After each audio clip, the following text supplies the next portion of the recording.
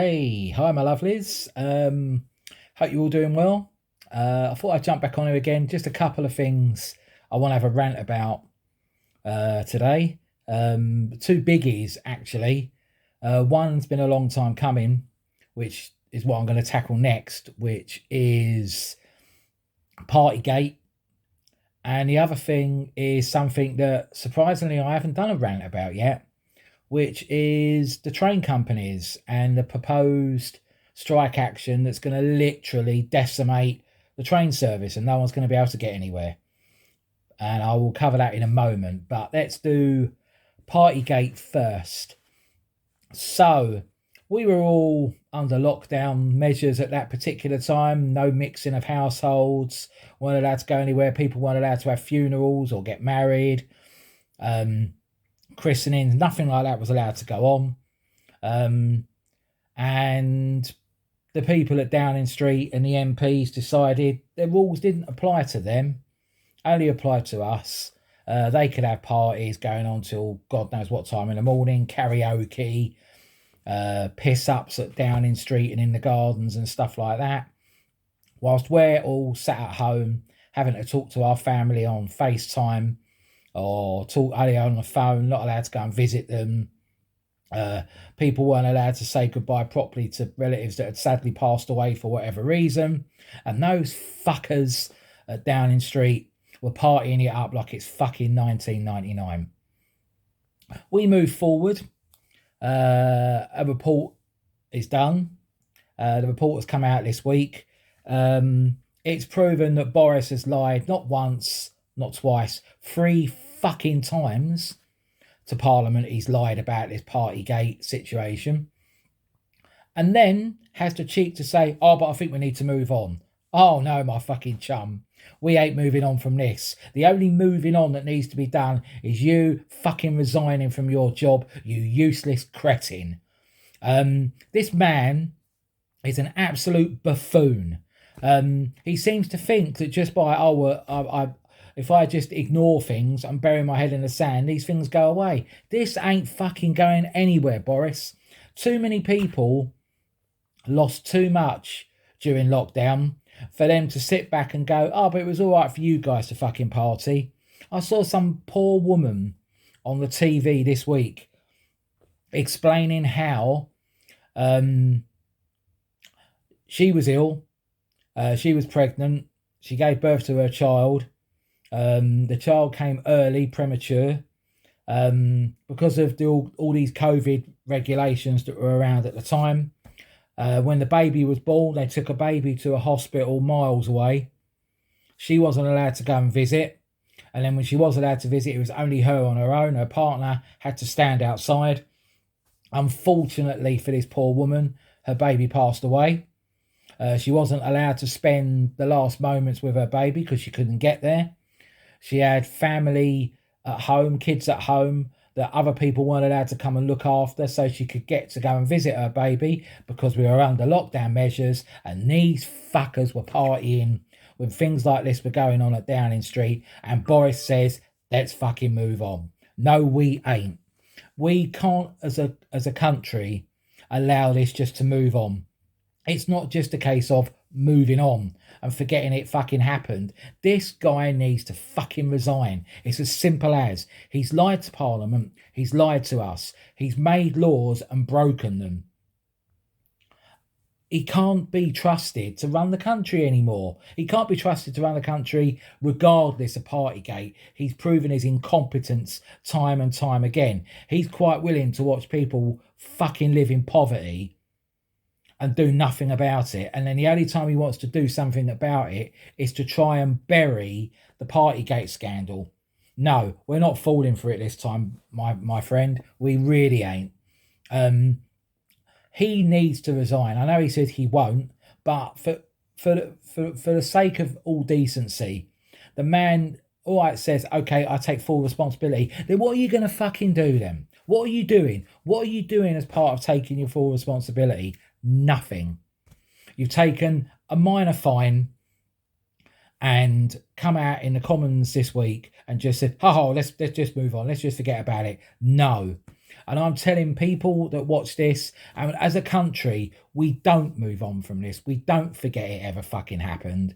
We keep going and badgering about it until that twat is made to step down and do the honourable thing. In the whole of his career, do fucking something honourable for a change. Step down. Because we don't need you as a leader. You're not a leader. You're not leading this country.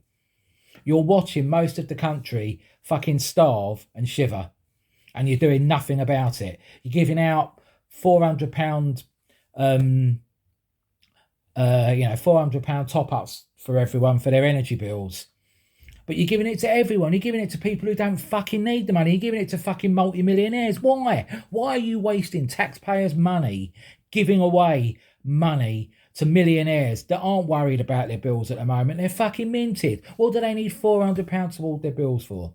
They don't. But that's because this man doesn't give a shit about the likes of you or me or the normal working class person. They don't give a monkeys. So it's time we gave a monkeys about ourselves. Don't let them bury this whole Partygate thing. It's fucking appalling. We can't let this go. If we need to protest, I'm not really a protest fan. I think protests sometimes are a bit hollow. But on this occasion, let's all fucking go and protest. Let's all go and stand outside the House of Commons and say, we want this man out. This man needs to do the honourable thing for once in his fucking life and step down. As you can tell, I'm very angry about this. Fortunately for me, I wasn't affected in the way that other people are in regards relatives passing on and not being able to do it.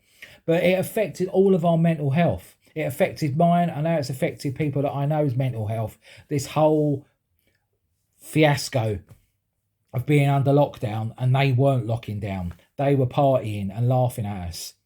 And then don't forget, the press did this as well.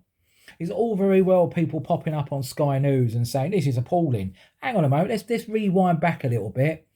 Wasn't Kay Burley and all her fucking mates at Sky breaking COVID rules by going out for her birthday and having a mass gathering in a restaurant that was against laws at the time as it stood? Then they all got suspended. Weren't they all suspended for like 6 months so that we would all forget all about it and then putting them all back on the TV again? So when I see that twat on Sky having a go at Boris, all I sit there and think is, you fucking hypocrite. You broke the rules as well. So, the press are as much to blame. I can guarantee they weren't the only ones that were doing it. I can't imagine it was just a Conservative Party thing. I'm pretty sure Labour MPs have done it. I'm pretty sure Lib Dems and any of the other parties, I'm pretty sure they've probably broken the rules. But excuse me. Because they feel that they are beyond the law. The law doesn't apply to them. They're above the law. They're above us. And that's why we need to fucking strike back. We need to protest about this. We can't let Partygate just disappear like Boris wants it to do and carry on like it didn't happen. Okay, here's the big one. I don't think I've done a rant about this before. Anyone who knows me and has seen me on social media knows I've not got a very good relationship with Southern Rail or Thameslink. They're fucking useless, to be truthful. We've had strikes previously where I couldn't get to work or I couldn't get home from work, or it took me 4 times longer than it would normally do to get to work. Having to be on trains where you're literally crammed like that, face to face with people, and your face is pressed up against the glass because they were only running like 2 or 3 trains in a day and everyone was trying to cram on them. And their strike was all to do with they were worried about passenger safety. But their strike caused us as passengers' safety to be compromised. So it made no fucking sense. It was all about pushing a fucking button on a train. We want these people to press a button. Now, I wouldn't mind if when I got on trains, the onboard supervisors, as they call them, or ticket inspectors, actually fucking done their job. But they don't. They pick and choose when they want to do it. If there's a big group of lads shouting and bawling with each other and mucking about, they're not going over to them and checking their tickets. They'll walk straight past them. But a woman sitting on her own, or a guy travelling to work sitting on his own, or a mum with her kids, or a dad with the kids, or a family, he'll fucking check them. And I actually, last couple of years back, saw two very heavy-handed ticket checkers remove an elderly couple that must have been in their 70s from a train because they hadn't paid the right fare. It's not that they hadn't paid at all. They were just confused and had bought the wrong ticket. So they took them off the train. And I thought, hang on a moment. There's probably people here that haven't even got a fucking ticket that you won't ask in case they have a go at your back. But you're quite Billy Big Bollocks to go up to an elderly couple, harass them, and then remove them from the train and make what shouldn't have been a horrible situation into a really horrible situation. I actually tweeted Southern Rail about this, and I took a picture, tweeted Southern Rail and said, look, this is fucking appalling. And what I was really surprised about was that they did come back to me. They did say they were going to investigate it, and other people on the same train had also tweeted in to Southern saying the heavy-handed tactics of these guys on this elderly couple was so overboard and so unnecessary. So then these are the twats that want to go on strike saying that their working conditions are really, really tough. Fuck off. Seriously, I guarantee most trains I get now, the onboard supervisor is sat in the first class carriage reading a fucking newspaper or just on his phone. He's not doing what he's meant to be doing. He might get up every now and again and make an announcement that we've already heard over the tannoy anyway from the woman's voice that always tells you what the next station is, and then all of a sudden, oh, I better look like I'm doing something. Oh yeah, the next station is Haywards Heath. We fucking know that, you clown. It comes up on the screen and it's just said it automatically. So you really don't need to be here, do you? I wouldn't mind if the people on these trains actually made you feel more secure, but they fucking don't because they're hiding most of the time. So then fast forward to now, everyone's just starting going back to work. They're not running a full train service. There used to be between five and six trains an hour from where I am to get me into work. There's now two. They've not got back to a normal service. They're charging more. The fares have gone up yet again. So I'm paying more for less of a service that runs late. So even though they're running a lot fewer trains, you'd think they could run them on time. No, they're still late. They still cancel them. So sometimes there's only one in an hour. So we suffer again. We pay out how many thousands it is. If you're travelling into London, it's about $5,000 a year. If it's just outside of London, it's about $3,000 a year. We're paying this fucking money to this shit show to run a piss poor service. And now they've got the cheek to say they're going to go on strike. So the drivers are going to go on strike, the onboard supervisors are going to go on strike, and the signal operators are going to go on strike. That's the key. If the signal operators go on strike, no fucking trains are running at all. And this is all meant to kind of kick off around about mid-June. Not all the train companies have agreed to go on strike. Quite a few of the big ones there, I think South Eastern have, Great Western, and a few of like 91% of their union people in the union members have agreed to go on strike.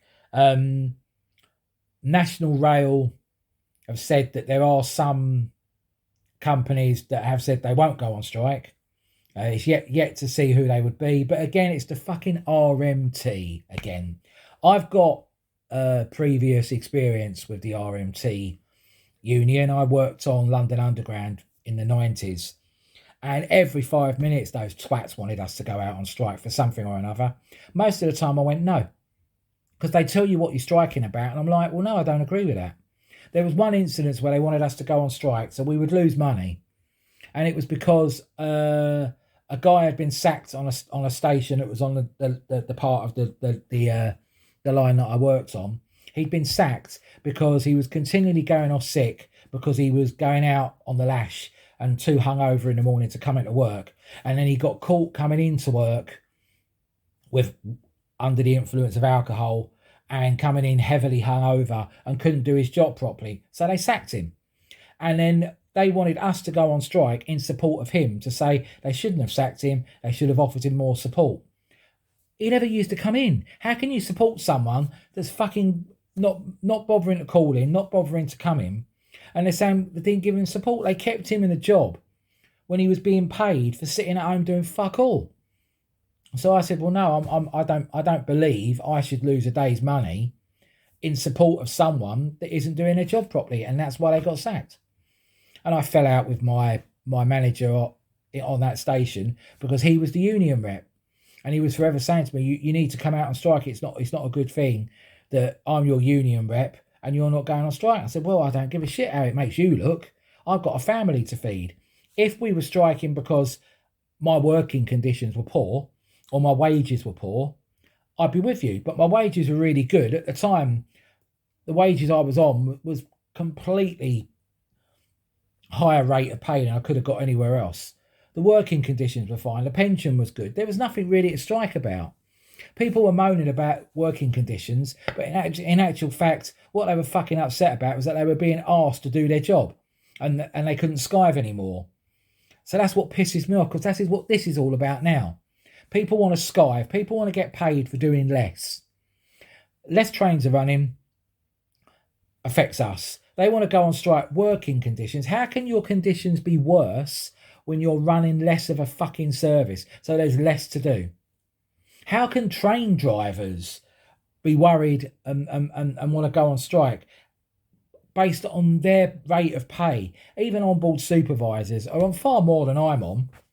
Drivers are on even more than I'm on. Drivers are paid an absolute fortune on rail, and they want to go on strike because they want more money. Everyone wants more fucking money at the moment because everything's expensive.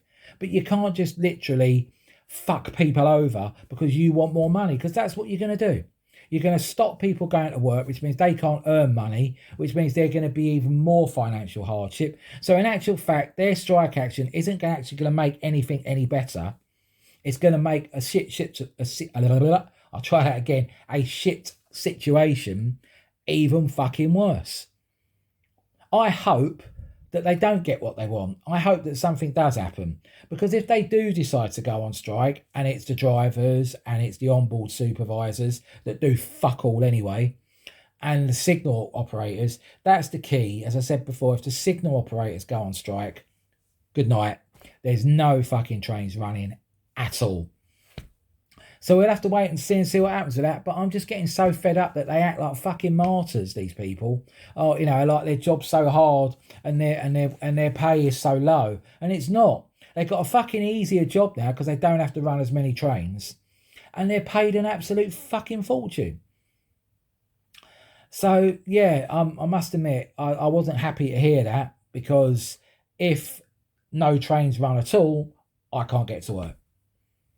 So that means I have to either take a day of annual leave, which stops me from using it for what I really want to use it for, which is relaxing. I'm just going to use it.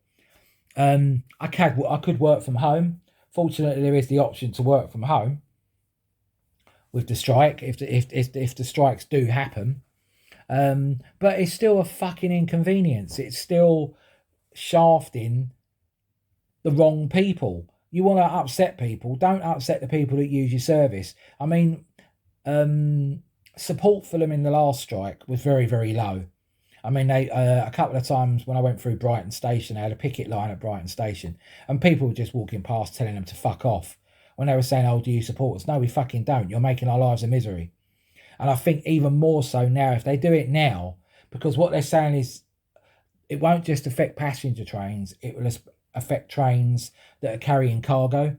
So it could be that food won't get to certain places and certain ingredients won't get to somewhere, which means that those things won't get made at the other end. So again, it's going to fuck us over just because they want to be greedy bastards and want more money. So fingers crossed, someone comes to common sense prevails here. Because if they go on strike, it's just another load of shit on top of the shit that we've all got going on at the moment that we don't need. Anyway, they're the two things I wanted to have a bit of a moan about. I might jump on here tomorrow. Hopefully, the lads do the business tonight. I know I'm in a minority. I know most of the country want us to lose, and I'm quite glad about that, because if it's boiling their piss that we're winning, then we're doing something good. Because people are getting their piss boiled because we're being successful, and they don't want us to be successful. So bollocks to all of you on that score. Ah, relax. I'm not going to end it like that. As I always do, everyone look out for each other. Everyone look after yourselves. Um, we're going to be better people eventually. So enjoy tonight, or not enjoy tonight, as the case may be. And I'll love you and leave you. And peace out, my lovelies.